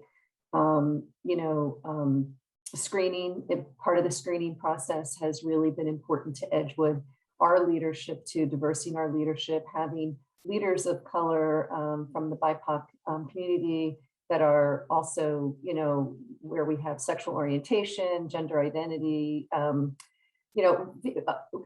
inclusiveness, I think, matters when we're recruiting for our workforce and particularly for our medical teams, because, by and large, my experience has always been that people want to be supervised by people who understand and can further their professional and personal development about who they are, where they come from, what they're bringing to any kind of clinical supervision experience and relationship. So, again, attracting talent in the leadership level is challenging because of salaries and what we can offer. However, as we're transforming the organization to become a more healing organization, we see that people are drawn to that. And so we can sort of increase our diversity this way, but then how do we help folks stay feeling included? That's the next step for Edgewood. And so we're looking at employee resource groups. You could think about them as affinity groups across the organization that are supported by our executive team and our leadership teams for folks to get support with, within an affinity group or within, again, an employee resource group where they're grappling with particular issues and then can raise them up to the forefront so that leadership can understand and hear directly what are some solutions that people need to see from leadership to increase the feelings of inclusiveness that would then support our diverse workforce. I think it's long been a goal at Edgewood to have a very diverse workforce, and that would include different disciplines on our psychiatric team as well. So we love the nurse practitioners, always have, always will. Been in partnership with UCSF around training nurse practitioners for a bit. Our psychiatry fellows, of course, and then who else is essential on those teams to provide a transdisciplinary experience for whole family care, which is, again, back to the vision of an intergenerational approach. Thank you. Thank you. Lisa.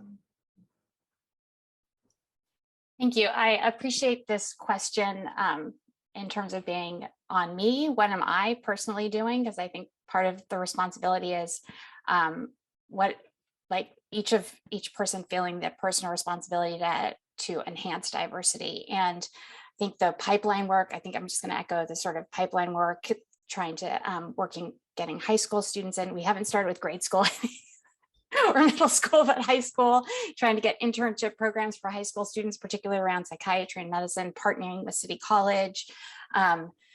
So really the pipeline, our partnership with UCSF, I think I've appreciated since I've been, partnering around the community psychiatry rotation, being a part of the application process, interviewing, being on the committees, being a voice, and that has been so crucial for us in hiring a diverse workforce. The other piece, I think, as people mentioned, is working with the HR process in our city. I think we've worked to really, we've come to a moment where we're able to now add in desired qualifications, lived experience. So saying Black, African-American lived experience, a transgender lived experience, that I think really will help us recruit a more reflective workforce.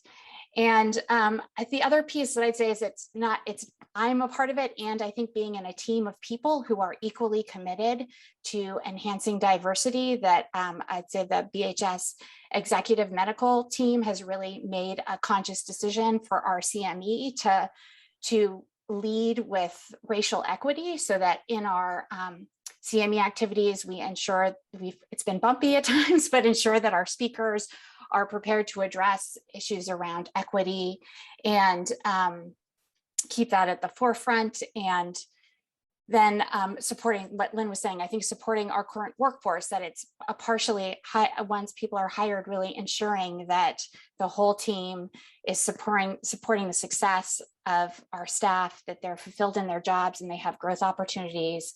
I also have to give a shout out to Christina Mangurian, who has been a huge partner for us in, I think, supporting a diverse workforce in our partnership with the Public Psychiatry Fellowship. And that has really allowed us to give people time to have activities and develop scholarly projects and continue to grow professionally. And it's led to also our administrative public psychiatry fellowship, which allows our staff psychiatrists to also have projects. And I think the other piece of it that we've tried to do is that when people haven't come, despite our recruitment efforts and work for us, is following up and finding out sort of what was their experience, because our hiring process is very challenging, and I think that also is a piece of it. So I think trying to reflect at every point is key, and I just really think having a team of people too of that shared vision has been really important. Thank you. Steve, and strategies that you're using? Well, listening to everybody else, I think, the system that I work in, certainly within our department, there's really just been an effort to acknowledge some of the challenges and to build support for the diverse faculty in a way that I would say probably was not present as fully previously. And also really take another look at expanding the diversity leadership really within the department, and how the suggestions and recommendations then can flow into our system as a whole. And that's been true across our university system and certainly within the medical school. I think, the system I work in is particularly challenged because, particularly from a recruitment perspective in training, because we don't, I don't know if people are aware of this, but our hospitals, Lucille Packard and Stanford Hospital, aren't Medi-Cal providers for behavioral health.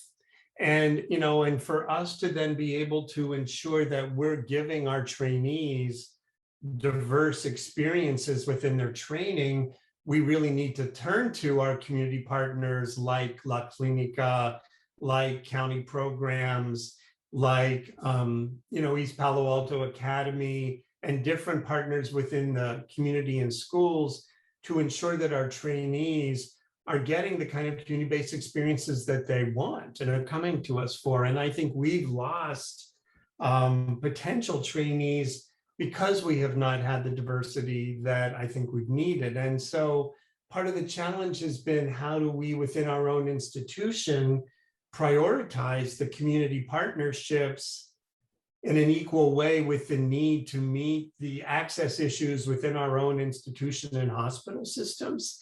And so, we've been grateful to have a chairperson who really has been very supportive of building our community partnerships. You know, we have a community track in the Child Fellowship that's done as a collaboration with San Mateo County. We're about to start a little bit more of a community track in the adult psychiatry residency that will allow us to really be able to focus some residents' time on working based in the community. And as mentioned before, Christina's been a great partner for us. Even some of our graduates have graduated from our system and gone into the fellowship with her. And, you know, and as Aurora mentioned, you know, when our graduates end up finishing at Stanford and go work at La Clinica, on the one hand, that's a wonderful thing. And on the other hand, boy, we need a diverse workforce working out of our department to keep trainees interested in, you know, in ensuring we have diverse faculty. And so then it looks, you know, then the issue is how do we ensure our community faculty, our partners within our own system, to be able to share the training more broadly and really be building that collaborative system as a whole. So those are some of the challenges we're facing and some of the opportunities as well. Thank you. So on to our last question, and ending on a high note, optimistic hopefully. What are you most excited about regarding the future of child and adolescent mental health? And we'll end as we started with Lisa. You're on mute. Sorry, thank you. Well, I am super excited about UCSF Public Psychiatry Child Track.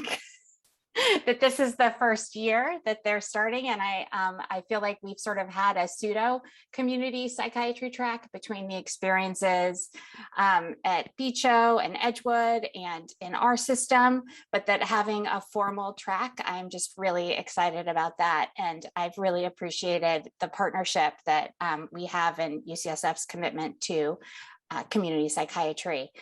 I am also optimistic. I hope that that some of these changes that are happening at the state level with funding and CalAIM, if I'm trying to be an optimist, I hope that that will break down the barriers around all of these blocks that children and families hit in trying to access services, from just outreach in their communities to higher acuity, and that hopefully these challenges that I think everyone has spoke to in their system, that sort of a remodel will really improve the just care for kids and families. And I'm optimistically hopeful that will happen. Although I do recognize that any large bureaucratic changes systems are a challenge. So thanks. Thank you. Amit? Sure. Yeah. I mean, I think for our system, we'd have to put the kind of state CalAIM redesign that Lisa was talking about up there. Similarly, with trepidation and optimism at the same time. But I think, you know, hearing things about potentially, you know, the great kind of documentation burden, some of that being eased, potentially some of the barriers around the harsh kind of lines between mild and moderate to severe mental health care, and we know how much of a barrier that can be, and it looks like there may be some easing of that.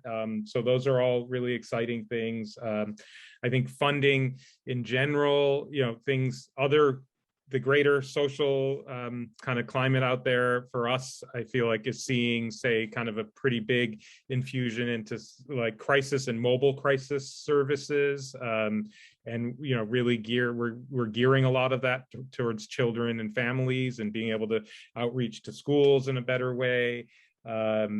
So yeah, I mean, there's a lot of change on the horizon, and we're hoping that that's really going to be for the benefit of our children and families.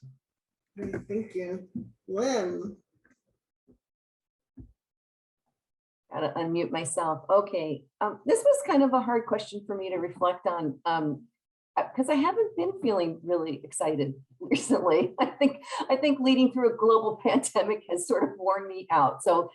But I have to say, in participating today and in thinking about it a little bit more deeply, I am really excited on the opportunity to be able to focus on a multi-generational model of care and getting paid for it, which I think CalAIM is poised to do in the next several years, really getting us to a place where health and wellness of caregivers is understood to be really integral to the health and wellness and success of children. We all know that, but we got to really start looking at how to prove our impact around the synergy between caregivers and children. So we know that when caregivers are feeling well and good, their children have a better opportunity for success. And likewise, when kids are doing well, caregivers feel like they can focus on themselves and do other things to improve their health and well-being. So what that means is that, one of the things that's exciting me and has for the last 20 years, and hopefully before I retire, we'll see an actual reduction in the fragmentation between systems of care that serve both adults and kids, that a reduction in fragmentation that serves kids with Medi-Cal and families with Medi-Cal, as well as commercially insured kids. I really am excited to see if we can break that barrier and understand that kids and families aren't defined by the payer. They're defined by their needs around health and well-being. And so that means more coordinated collaboration and work with children and families. And then what does that look like? It looks like enduring wellness for generations to come. That's what I'm excited about. Thank you. Stephen? Well, I was on a call yesterday with Brian and Petra and others with the Children's Hospital Association and with some of the leadership from the Department of Healthcare Services. And, we were talking about the state funding that's coming up, and, people were raising the question of, is it too much money too quickly in terms of, the capacity to spend it all in appropriate ways and in non-duplicated ways. And I have to say, as someone who worked in school mental health for so many years, to finally see this outpouring of funding for early intervention for schools, the potential to develop ALCOVE and integrated youth mental health more broadly, and support all our counties in early psychosis development. There's a chance now to implement this vision that, and with that support, as Lynn was saying, both commercial and Medi-Cal and the uninsured in a way we've never seen before. And so I am excited about that. I'm worried about the lack of infrastructure, frankly, at the state level. And I know each county is different, but I also worry a little bit about what this rollout's going to look like. As it happens differently in each part of our state.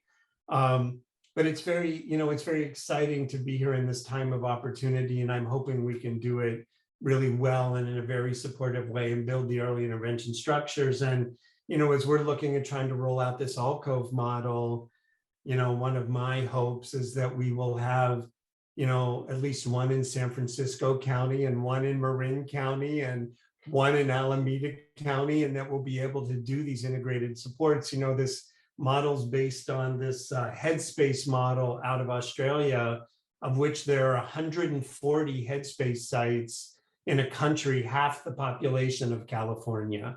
And, if we could even get close to creating more of these spaces with a youth voice for young people, it would, and to link them to all these services, it would just be really tremendous. So I'm hopeful about all of that.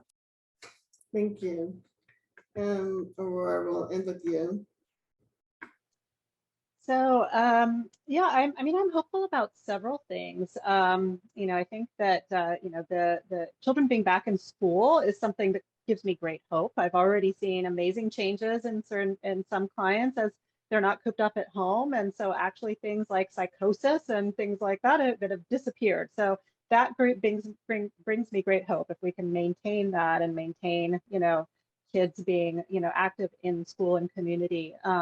Another thing that brings me great hope is the excitement of some of my my NP students, frankly, that have worked with me and then gone on to say, I never thought I wanted to work with kids But after this rotation with you, that's what I really want to do, right? And being extremely excited about that. I feel like the more our students are exposed, our trainees are exposed to this work and how vibrant it is, the more we can build our workforce. Because when I've talked to our clinical director about when I'm trying to convince them to hire some NPs, right? And I've talked about like what we can do, right? If we had these people, what we can do. So embedding NPs in schools, for example, is a vision of mine. When I was at Children's, we were able to start doing that. It's bringing the services really to where the kids and families are. So I'm seeing like an opening up to this idea, that we might be able to do some of these things that have been on our bucket list for so many years as we are trying to expand our workforce. Other things that, I'm hopeful about, things that are kind of look like they may be coming down the pipeline in some of our communities, things like universal basic income, working on reducing police, response to mental health crisis calls, all of these things to reduce, to improve outcomes for our kids and families are things that I'm very hopeful for. Thank you so much. And thank you to all of our panelists. Please feel free to unmute to give a clap, a round of applause, or use your emojis or reactions to give a hand of applause to all of our great panelists. Thank you so much for that rich discussion. And we are moving on now to talking about the audience reflections and thoughts from today. We just want you guys to share either verbally by unmuting yourself or through the chat your thoughts on any kind of takeaways from the meeting today, any ideas that you may have for future annual meetings that we're going to have. And just to continue this discussion. So feel free, you can raise your hand so we can unmute you, or you can, like I said, put your comment in the chat. I wanted to say that listening to the panel was one of the things that came across to me that I thought of is,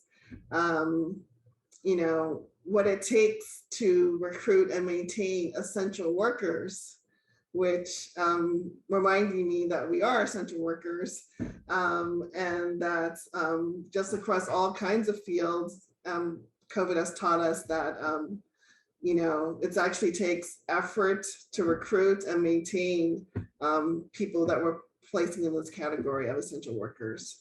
So thank you for highlighting that and making me reflect on that as well. Let's see. I can't see everyone. If they have, I don't see anyone with their hands up.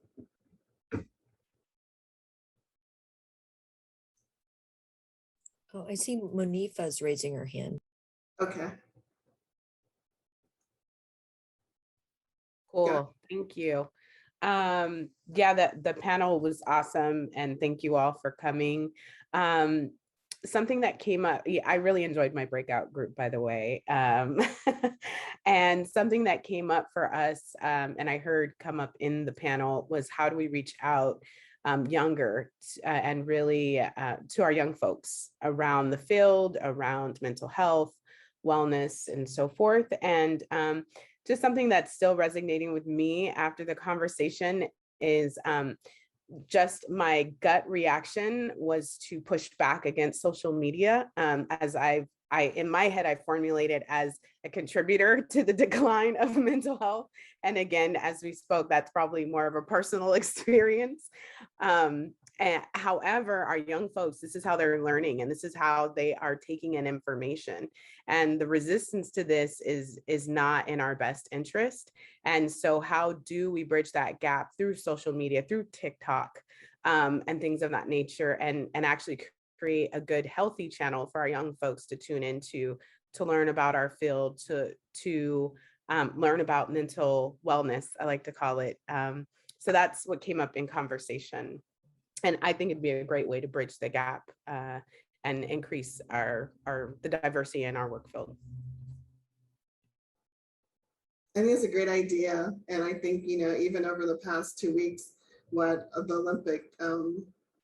Olympics athletes have done to raise awareness to mental health through the use of their social media feed. And they've just totally kind of went through the actual media and directly to talk to young people about what they're going through.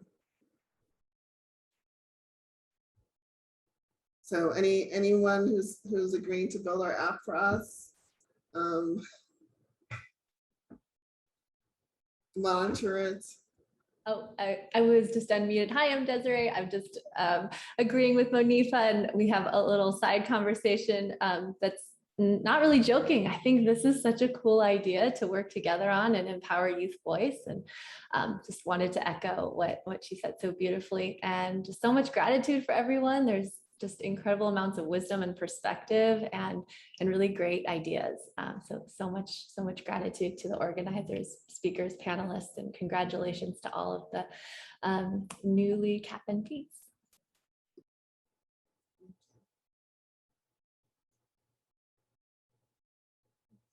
There's not any further comments the audience wants to make. We'll move on to our closing remarks by Brian and Beth.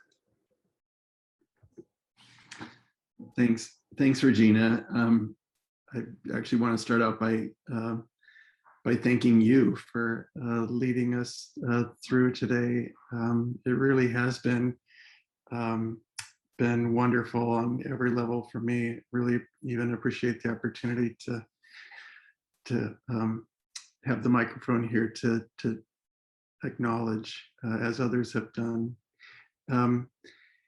We never really laid out at the beginning of today what the purpose of the UHG program was. I don't think, or there may be some folks who don't know. And what I think we saw here today was really the perfect representation of that. We touched on all of the issues. Essentially, what UHG wanted to support was efforts to expand and diversify the child psychiatric and nurse practitioner workforce. And we've touched on many elements of that today. I also want to share how much I enjoyed the small group and having a chance to get to know, in particular, some of our recent graduate nurse practitioners. And you know, one of the themes that I think has that I see throughout the day has been around the value of partnerships that occurred in their terms that occur across our agencies. It's clear from our panel that we're all living in the same environment. And we're all wrestling with the same issues. And just to close briefly with some thoughts about future, I think as I was hearing about the vision for the future, and you know, Lisa was talking about finding the right spot for care. I think we could be thinking about the same theme for our training programs, and how we find the right spots for our trainees to get what they need, and also to interact in ways that take advantage of our diversity collectively and the disciplines that we're bringing in. And when Steve talked about the upstream focus for interventions, we also was thinking about the need to go upstream on letting people know that mental health is a career, and I'm so delighted to hear that elementary school is now the new target for reaching out to kids. But the workforce issues clearly are overwhelming. Amit talked about partnerships specifically with schools, and would love to think more collectively about how we do that from the training and service. Lynn highlighted the importance of person-to-person connections. And one of the things that emerged in our small group was the value of commingling our training experiences, that the nurse practitioners specifically highlighted how valuable it was to be in with the child psychiatry fellows for some of their training, and to learn from our therapists around intensive family treatments and so on. And so those person-to-person and connections and partnerships, I think, clearly will be fun to develop out. And Aurora, you have my vote to rule the world when that comes forward. I think want to close with highlighting the recognition of the cultural aspects of the care that we provide, and how those should infuse our training can't be overstated as we're thinking about meeting the challenges of providing the best care for a diverse population. And so I just want to close again by saying how thankful I am that we're all together. I look forward to opportunities to get together again and to be thinking about how we address these challenges. And we'll look forward to hearing from people between now and then about ideas that might inform our future meetings. But thank you so much again. It's just really been a great day. Beth? Thanks. Well, I second everything that Brian said. You know, and a few of the things, I mean, I just think it's been so great to have this kind of community building event. I think particularly, you know, I mean, everybody talked about, you know, the pernicious effect of silos. And I think particularly during the pandemic, where, you know, these tendencies towards kind of isolation and your networks kind of shrinking, you know, have been so problematic. It's been really great to just have this space to, you know, hear from other people. I thought the panel was awesome, you know, and really kind of spark some thinking about how to do things differently, because I think we all agree that the way we're doing it now is not ideal. And I think, you know, one of the, you know, kind of phrases that occurred to me, you know, I think that so much of the time we are just hustling so hard just to stay afloat. It's like, you know, when you're up to your ass in alligators, it's hard to remember that your original objective was to drain the swamp. You know, and I think that that's often kind of what happens. It's just we get so focused on, you know, kind of what we need to, you know, keep our programs funded or find placements for our students, or, you know, whatever it is. But I think that the disruptive effect of the pandemic really opens up some possibilities for innovation that I think we've already seen, you know, happen in some areas, you know, around things like, you know, making it a little less onerous to get medication-assisted treatment for opioid use disorder. And I think that, you know, that we really have some opportunities right now to just say, yeah, this isn't working right now. It's especially not working during the pandemic. Let's try something different. Let's innovate. And let's break down some of these silos. Let's, you know, simplify some of these bureaucratic constraints to what we're doing. And I think, you know, as Monifa said, really thinking about innovative ways we can do that, better use of technology, you know, more use of, you know, kind of group treatment modalities. I mean, I just think there's so many things that, you know, that we could be trying right now, and that there's, you know, there's not as much resistance from this is the way we've always done it, because the way we've always done it is I think just getting stretched to a breaking point at this point. So, I really want to thank everybody for coming today and participating. That, it was really great to have these dialogues in the breakout groups. So look forward to seeing you next year for our next retreat. Thank you to all of our panelists and attendees, and the United Health Group team who helped coordinate this event, as well as Sam,